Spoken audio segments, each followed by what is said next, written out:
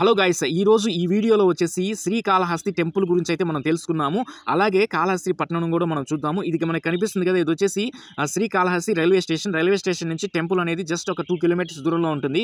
ఇక్కడ auto facilities కూడా ఉంటాయి. మెయిన్ వచ్చేసి శ్రీకాళహస్తి అనేది ఒక శైవ క్షేత్రము. ఇక్కడ వాయులింగం అనమాట. ఇక్కడ కర్పూరంతో మాత్రమే అభిషేకం చేస్తారు ఈ లింగానికి. మెయిన్ శ్రీకాళహస్తి ఆ చరిత్రలోకి వెళ్తే శ్రీకాళహస్తి అనే పేరు ఎలా వచ్చిందంటే, శ్రీ అంటే ఒక సాలిపురుగు, కాళ అంటే ఒక సర్పము, హస్తి అంటే ఒక ఏనుగు అనమాట. ఈ మూడు శివలింగాన్ని ఆ రోజుల్లో చాలా తన భక్తిని చాటుకోవడానికి అభిషేకం చేస్తూ ఉండేవి, పూజలు చేస్తూ ఉండేవి. సాలిపురుగు వచ్చేసి ఆ శివలింగానికి రోజు శుభ్రం చేసేసి తన గూడుతో ఈ విధంగా అభిషేకం చేస్తూ ఉండేది. అలాగే సర్పం వచ్చేసి తన నాగమణులతో అలంకరించేసి పూజ చేస్తూ ఉండేది. అలాగే ఏనుగు వచ్చేసి ఆ పక్కనే ఉన్న స్వర్ణముఖి రివర్ ఉంది కదా, ఆ రివర్లో వాటర్ తీసుకొచ్చేసి శివలింగానికి అభిషేకంతో శుభ్రపరిచేది అనమాట.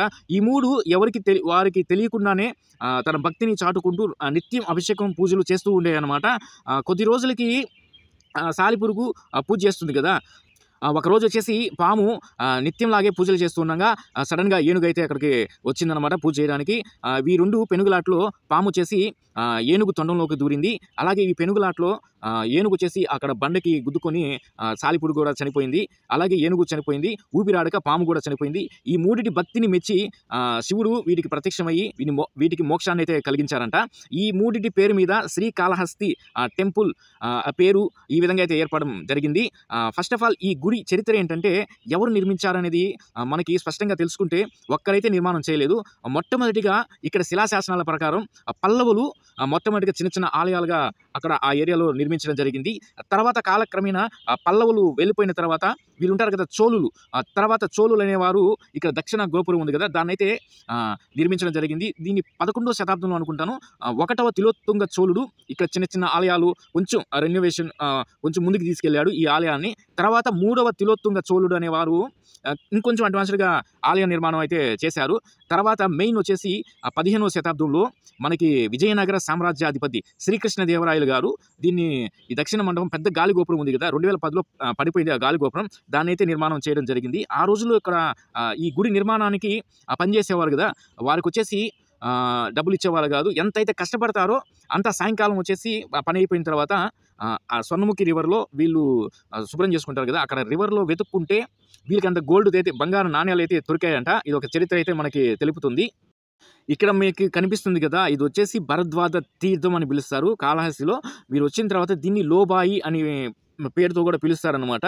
దీన్ని 2017 నుంచి బాగా డెవలప్ చేశారు. ఒకసారి చూడండి, కాళహస్తికి వచ్చినప్పుడు ఈ ప్లేస్ని అయితే తీక్షించండి. చాలా అద్భుతంగా అయితే ఉంటుంది. పచ్చని చెట్లు, చాలా పెద్ద పెద్ద చెట్లు, చూడండి ఏ విధంగా అయితే లొకేషన్ ఉందో అద్భుతంగా అయితే ఉంటుంది. కాళహస్తికి వస్తే ఖచ్చితంగా ఈ ప్లేస్ని అయితే దర్శించండి. చూడండి గైస్, ఎంత బ్యూటిఫుల్గా ఉందో కాళహస్తి టెంపుల్.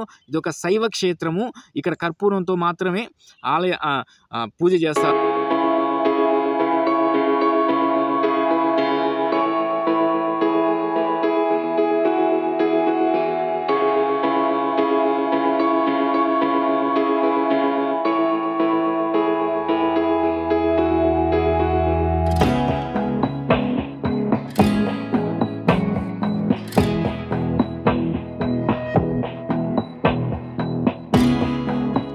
లోపలికి వెళ్ళిన తర్వాత ఆలయ నిర్మాణం చూడండి ఎంత అద్భుతంగా అయితే ఉంటుందో అంత అద్భుతంగా ఉంటుంది. ఆ రోజుల్లో ఎలా కట్టారు అనే ఫీల్ అనేది ఇక్కడికి వస్తుంది.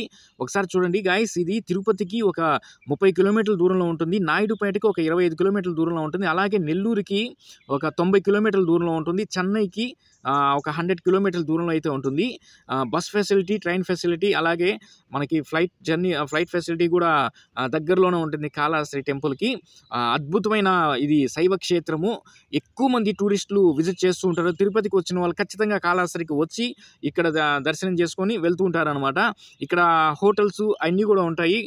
జస్ట్ ఒక 500 నుంచి అయితే అదే రీజనబుల్ ప్రైజెస్లో, తక్కువ ప్రైజెస్లో లాడ్జీలు కానీ దొరుకుతాయి. చూడండి, ఒకరోజు చూడండి, ఇక్కడ భక్త కన్నప్ప కొండ కూడా ఉంది, దాన్ని కూడా దర్శించండి. కన్నప్ప చాలా ఫేమస్ అనమాట. భక్త కన్నప్ప అనే భక్తుడు ఆ రోజుల్లో శివుణ్ణి, కన్నప్ప మీకు తెలిసే ఉంటుంది, కన్నప్ప కన్నప్ప చరిత్ర. కన్నప్ప అనే గొప్ప భక్తుడు శివుడికి తన 2 కళ్ళు తీసి ఇచ్చాడంట.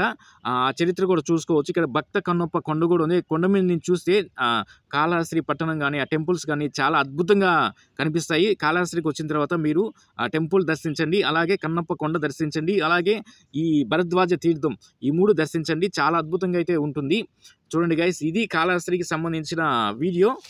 ఇక్కడ శివరాత్రి ఉత్సవాలు అనేవి చాలా అద్భుతంగా జరుగుతాయి. శివరాత్రిలో మీరు ఎప్పుడైనా వస్తే కాళహస్తికి దర్శించండి.